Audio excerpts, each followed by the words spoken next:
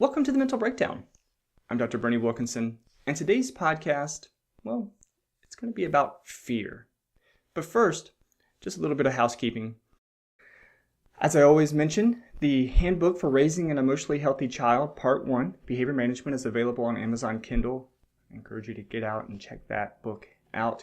It is a great resource for parents of kids of all ages, from birth through adolescence. It covers what is typical behavior for kids at different ages, how parents can better manage those behaviors, and especially how to prevent those behaviors from becoming more problematic behaviors later on.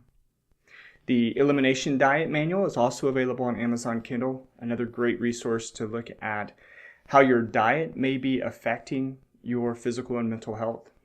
Again, a great resource.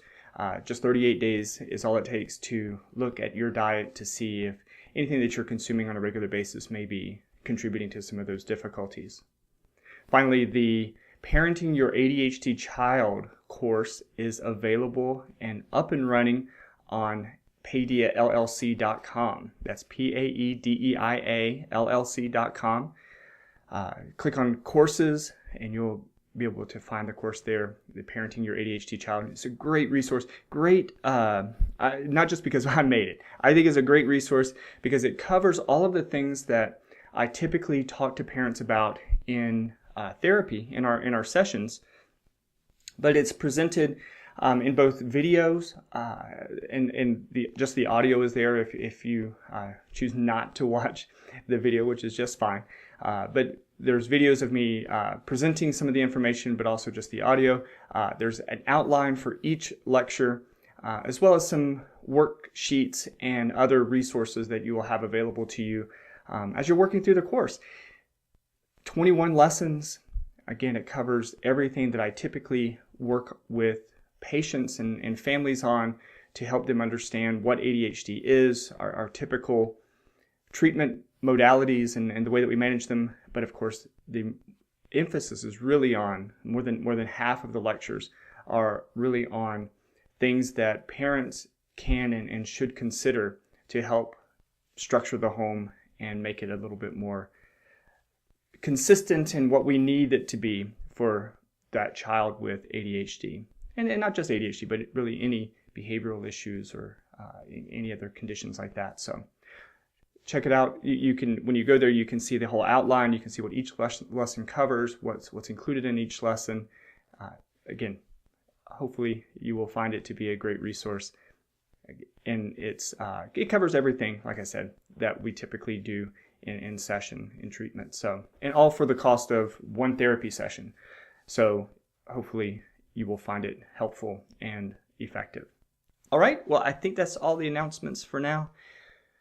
I hope you enjoy this podcast. I hope that this podcast makes you think about some things that you can, write to me, and we can have a dialogue, have a discussion about some of these issues, because these are going to be issues that it really is going to take all of us working together to try to resolve, not just for ourselves personally, but for others as well. So enjoy the podcast.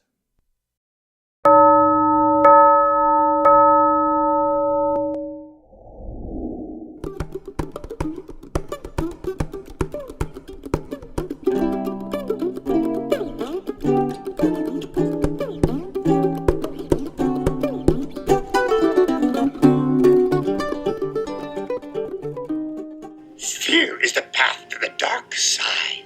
Fear leads to anger. Anger leads to hate. Hate leads to suffering. Welcome to the Mental Breakdown. Now, what you just heard, you probably recognized was Yoda. And Yoda, that line from the Star Wars movie franchise is among the most commonly stated. It's very well known. And I think that it is so poignant to what's going on in our world today.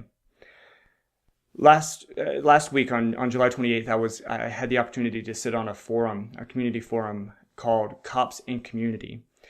And what it focused on was there was myself as well as some other community leaders and police officers and sheriff's deputies. We were all sitting on this panel talking about these recurring issues of both police brutality, police violence against citizens, but also this phenomenon that we're experiencing now on almost a weekly or at least bi-weekly basis of citizens directly attacking and targeting police officers. And so we met to talk about some of these issues, and we took questions from the audience and from people who wrote into us. And if you're interested, you can go to the Facebook page for The Ledger, and they broadcasted it live through the Facebook Live app. So you can watch the whole forum there. The video is a little bit farther away, but you can hear everything.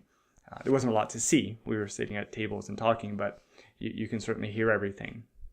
Now, the forum did a very good job, I think, of talking about some of these issues. But what it really did for me is it set the foundation for a much broader, much more significant conversation that we need to have.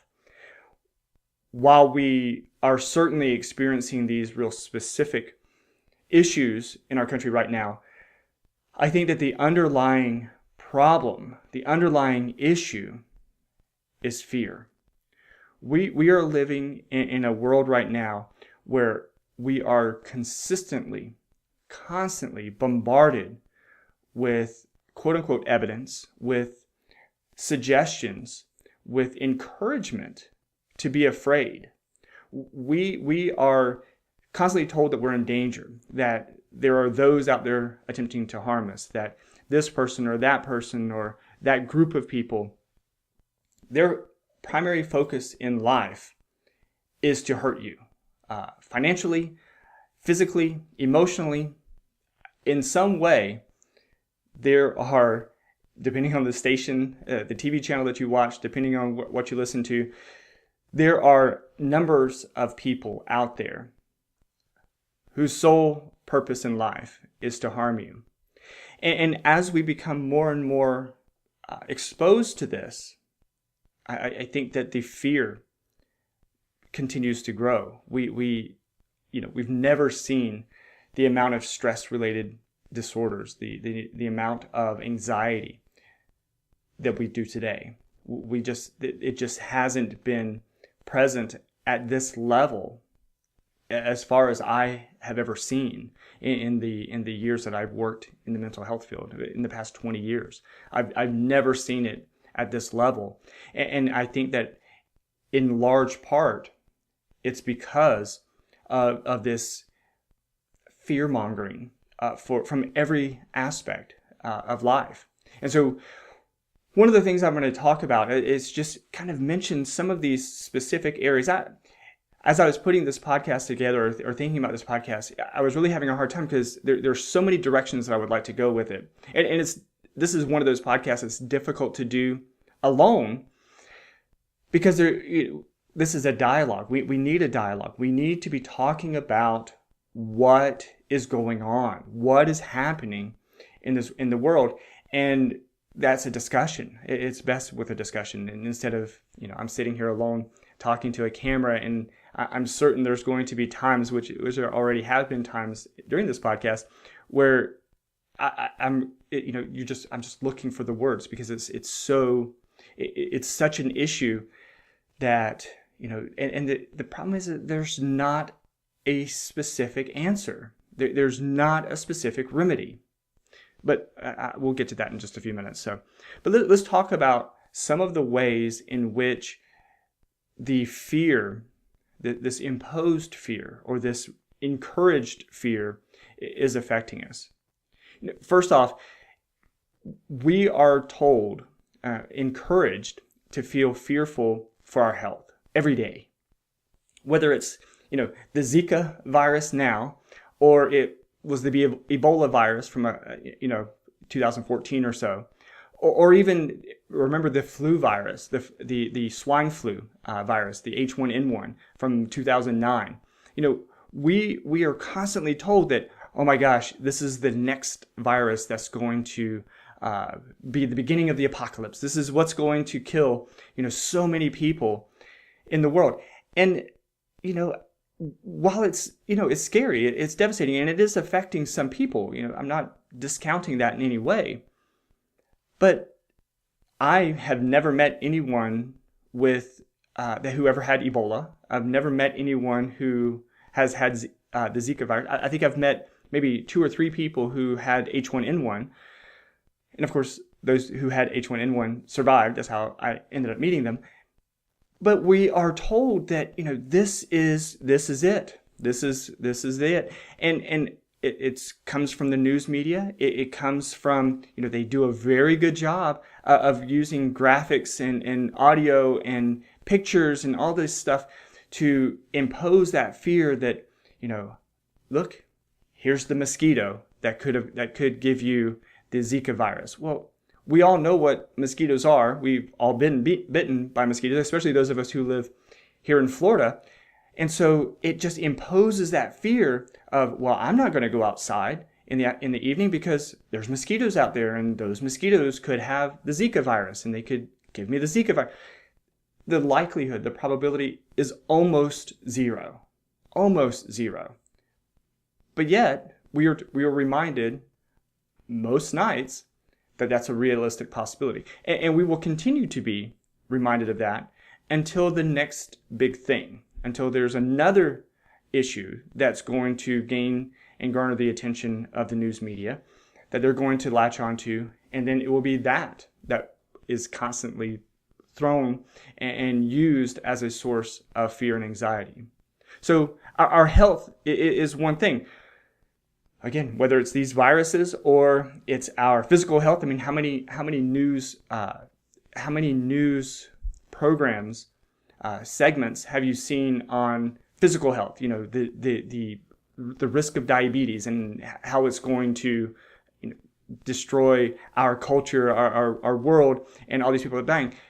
Do people die from diabetes? Absolutely. But where's the solution? We are imposed and we are told to be fearful of these things, but what is the news and some of these different groups, what are they doing to really do something to improve that situation? I've seen very little.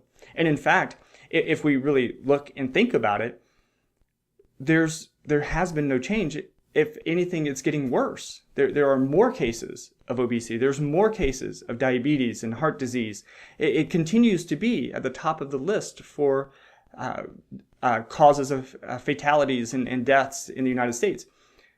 So we can keep reporting on it and we can keep inciting fear, but until we start talking about a solution, well, we're just creating fear. We're just creating anxiety. We're creating stress.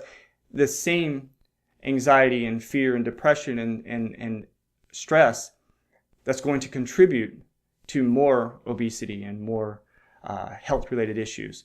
Because we all know very clearly that chronic stress increases our risk of getting ill and sick and contracting illnesses and viruses and problems, increases the risk of cardiac problems, increases the risk for diabetes and being overweight and those kinds of issues. So we know that there's that relationship, yet we're going to continue to engage in actions that incite fear, incite and create stress and feelings of frustration and overwhelm.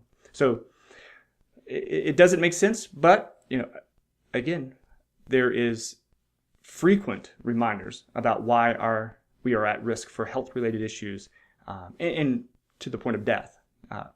We're reminded of that frequently. The second area that we are encouraged to be fearful of is socially. And what I mean is that we are told almost daily that there is somebody out there that wants to do us harm.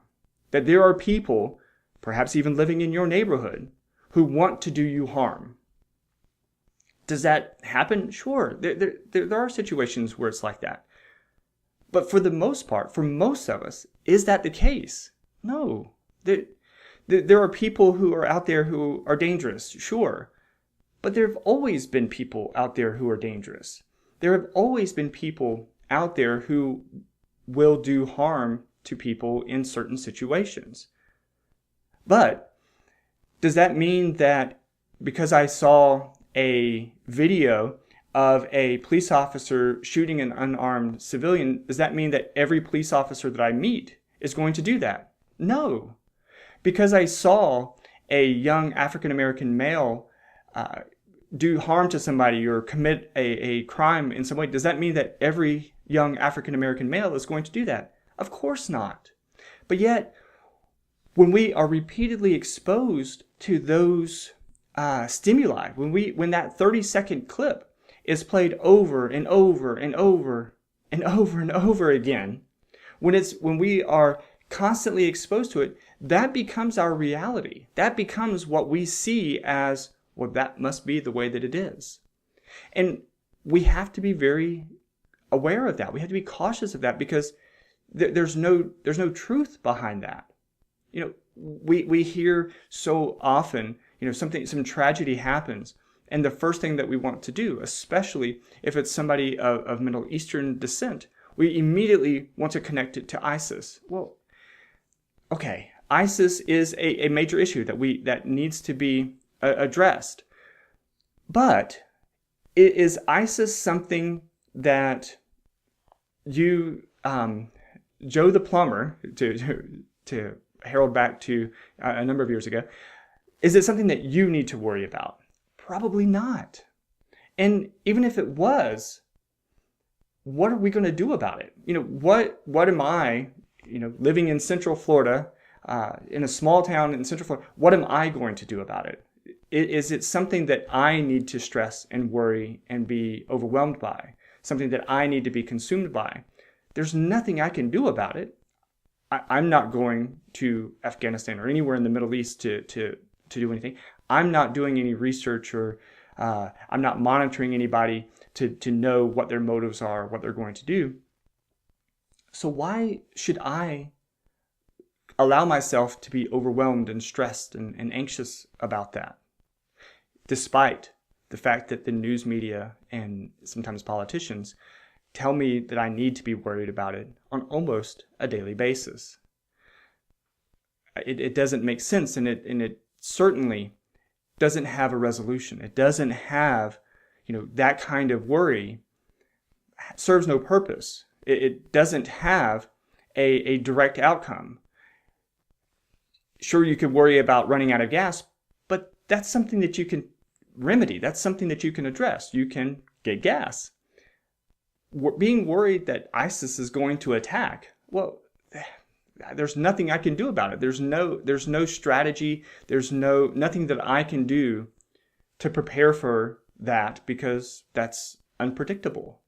And so even though we are encouraged to stress about it, it's something that we need to do a better job of protecting ourselves from that.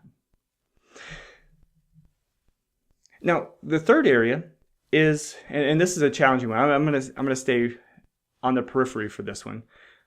But the third one is political. I have been through several election cycles now as I would say, an informed adult. I have never seen it like this before. I have never seen a situation where individuals on both sides are attempting to incite so much fear and stress and anxiety from us as a citizenship, as a populace. We are told about the dangers should this person be elected or that person be elected. People use words like, he or she is going to destroy the United States. He or she is going to, change the world. As we, Donald Trump, for example, has by many has been compared to Hitler. Hillary, as Donald Trump refers to her, Crooked Hillary, is referred to as a murderer.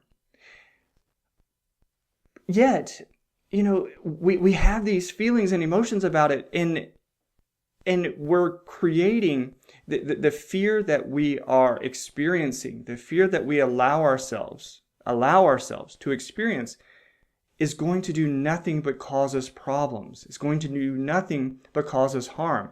One of those two will be elected as president in just a couple of months. What that means is, whether your candidate is elected or not, the people from the other side are going to be so angry, so frustrated, so fearful, that I do worry about what's going to happen, what people are going to do, how they're going to respond to that, and why. There's memes that incite this anger and frustration. There are pictures of Donald Trump and Hillary Clinton on Facebook, and it's just coats the internet with these memes suggesting the evil deeds of these two individuals. Now, you may not agree with one or either of them as it relates to their politics or their perspectives or their positions on various issues. But you should vote based upon those issues. You should vote based upon and think about things as it relates to those issues, not because we are so encouraged to be fearful. When we make decisions based upon fear, it only leads to problems. It only leads to rash decisions. I could hardly say that one. It only leads to problems because we are making quick decisions that are for the immediate. We're not thinking about the future. We're thinking about right now. Oh my gosh, I'm in danger right now. I need somebody to save me, and I feel like this person is going to save me. That's not the way that we need to think about the world. That certainly isn't the way that we need to think about things politically, yet that is exactly how we're encouraged to do so right now in the news media and based upon the information that we're given, again, on a daily basis. Now, the next piece is related to those political issues, and that is economically. Politicians and pundits and people use words that I think most of us really have no way to appreciate. We are told that if this politician or that politician is elected, that he or she will have us in debt by trillions of dollars. Now, trillions of dollars. That's 1 trillion is a 1 followed by 12 zeros. I know I have no appreciation for that amount of money. I have nothing to compare it to. $1 trillion. Now, what does that mean? I don't think any of us have any idea. I mean, certainly no individual has that kind of access to money. There's a very, very small minority of people who have up to maybe half of that. And again, we're talking about people like Donald Trump and some of these billionaires from around the world. But most of us, 99.9% of us, have absolutely no appreciation of that. Yet, those kinds of words are used to incite fear. Well, if this person is elected, then he or she is going to get us into trillions of dollars of debt. And so your children and your children's children and your children's children's children are going to be paying this back.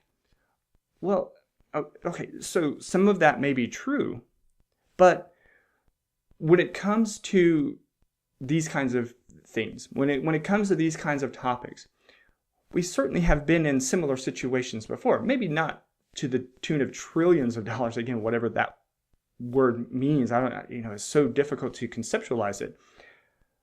But we've been told almost this exact same thing before, and we've been able to work our way back into a positive direction. We've had politicians in the past who have inherited tremendous debt, and through various programs and initiatives was able to reverse a lot of that. And maybe not completely reverse it, but do a pretty good job of taking a dent out of it. But when we are living our lives thinking that, oh my goodness, trillions of dollars, well, we'll never recover from that. We'll never be able to do this or be able to... What we're really just talking about is math. We're talking about, okay, this idea of trillions of dollars really just comes from a calculation that happens, and that calculation can and will change on a similarly exponential scale. When we're talking about, oh, well, we're going to cut this program, or we're going to, cut back on this particular program. Well, cutting back on that program isn't going to be, oh, well, it's just, a couple of $1,000s. No, we may be talking about tens of billions of dollars. Well, that takes a chunk out of, the next higher level. And so is it something that we have to think about? Absolutely. But is it something that we should be fearful of? Is it something that we, again, kind of going back to what we talked about, what I mentioned before, is it something that you can do today? Is it something that you can change right now? No, it's not. Can you make decisions when you vote that will have an impact on that? Absolutely. But is it something that you need to worry about today? Is it something that you need to be stressed about today?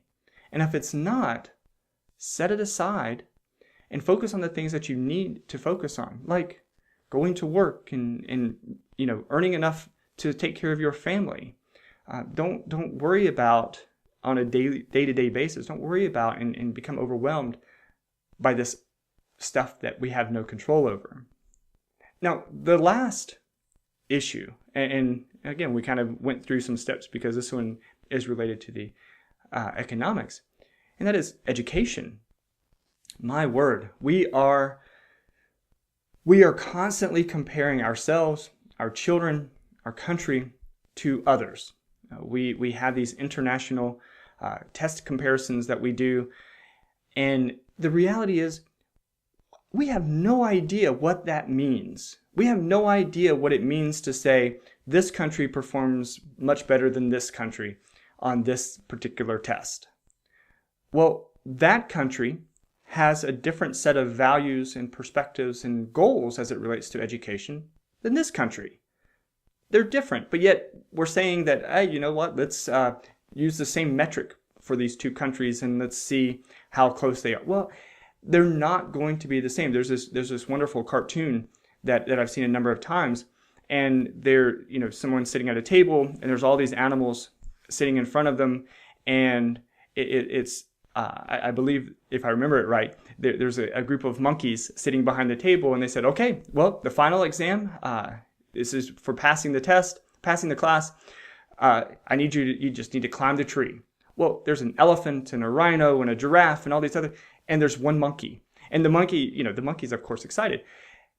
And the idea is that, okay, we're saying that to be quote unquote successful, you have to meet a certain level of expectations, or to be evaluated and compared with other countries and stuff, you have to be compared on this same metric.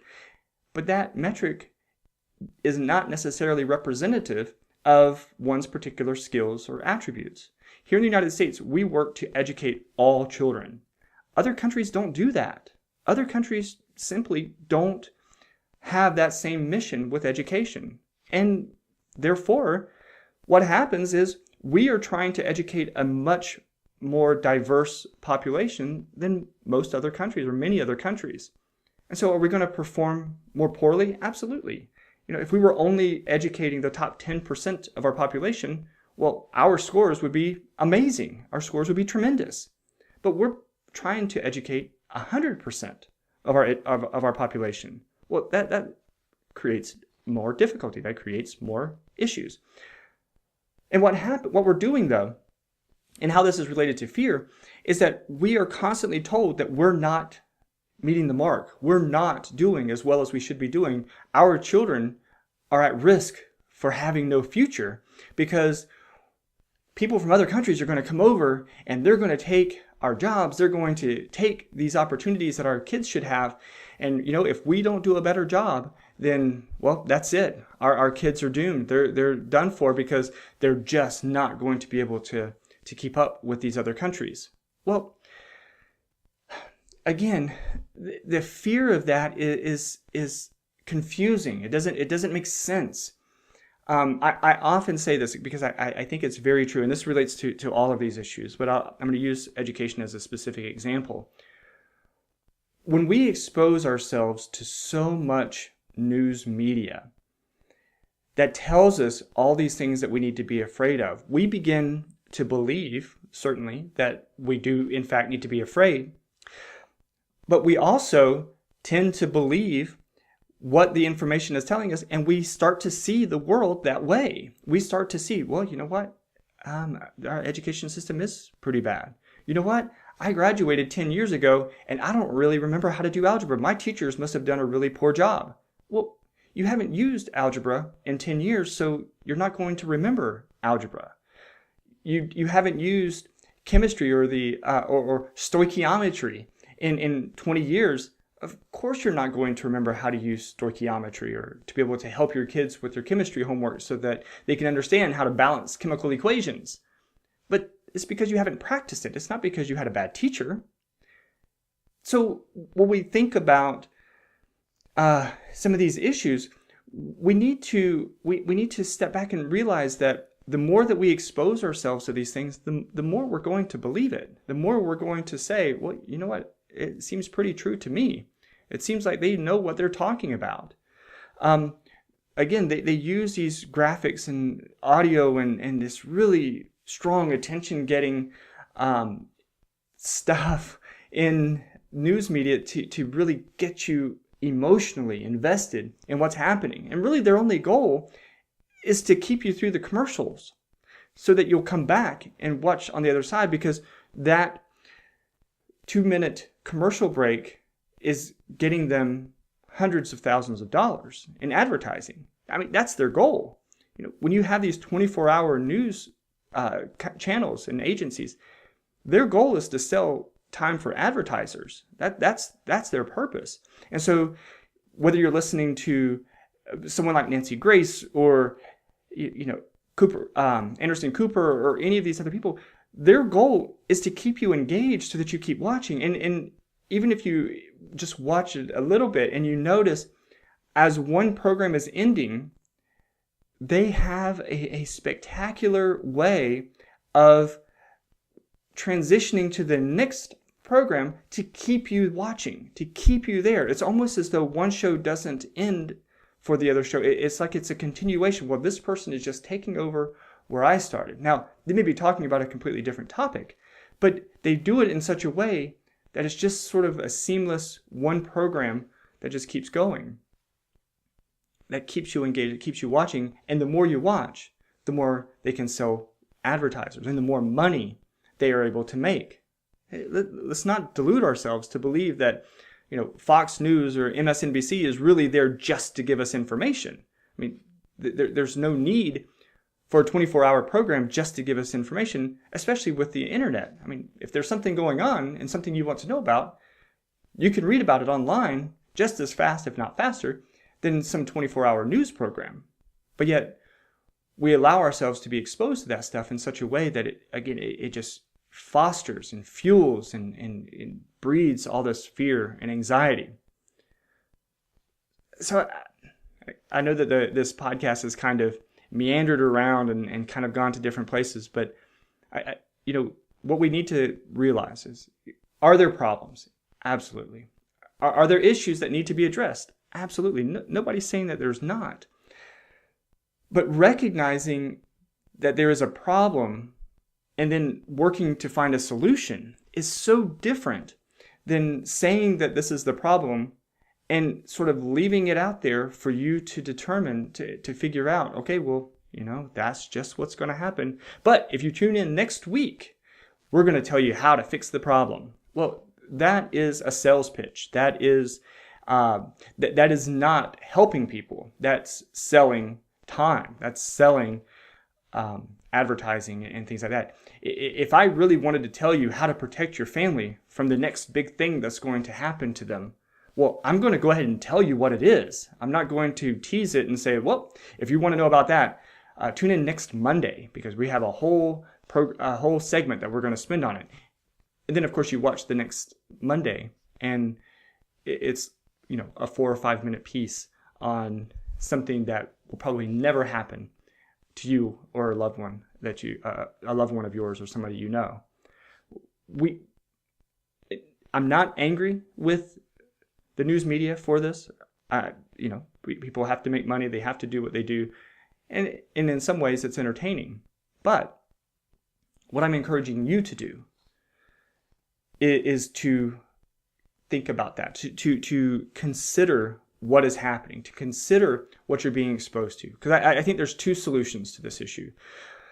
The first is we need to recognize how much time we're allowing ourselves to be exposed to it. We spend way too much time plugged in to this kind of information, to this kind of just exposure, to the fear and to the anxiety-provoking stimuli that is news, that is, the pundits and everybody talking about this is why you need to be afraid of this, or this is why this person is evil, or this is why this person is the Antichrist, or whatever the case may be, whatever it is that they are going to choose to say today about someone or some topic. We need to recognize how much time we stay plugged into that and make sure that we're taking a little bit of time every day to unplug. Separate yourself from it a little bit and look at your real life. Look at your real world.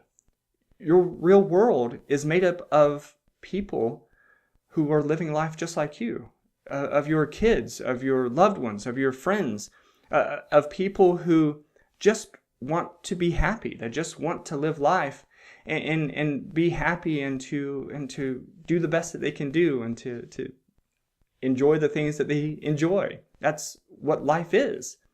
So we have to make sure that we unplug some every day. The second thing is, and this is the admittedly more difficult one, and that is that we have to be more critical.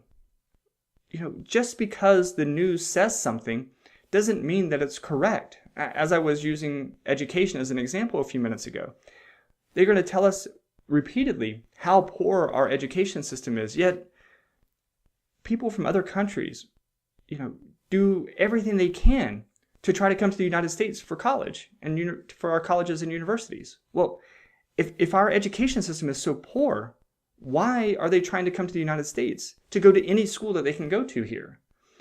Why is it that most of the major innovations in our world today, technological innovations, scientific innovations, why are the majority of those innovations, why are they being discovered here in the United States? If our education system is so poor, why are we leading the world in some of these areas?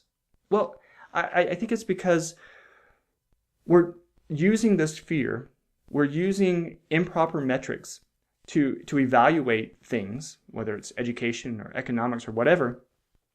We're looking at them through this tinted window, and we're saying that, okay, well, this is something we have to be afraid of, and we see it as a way to sell advertising. We see it as a way to get people engaged, but not engaged in a healthy way. Engaged in a way that's fear-based, that's anxiety-based, that's really going to only incite problem.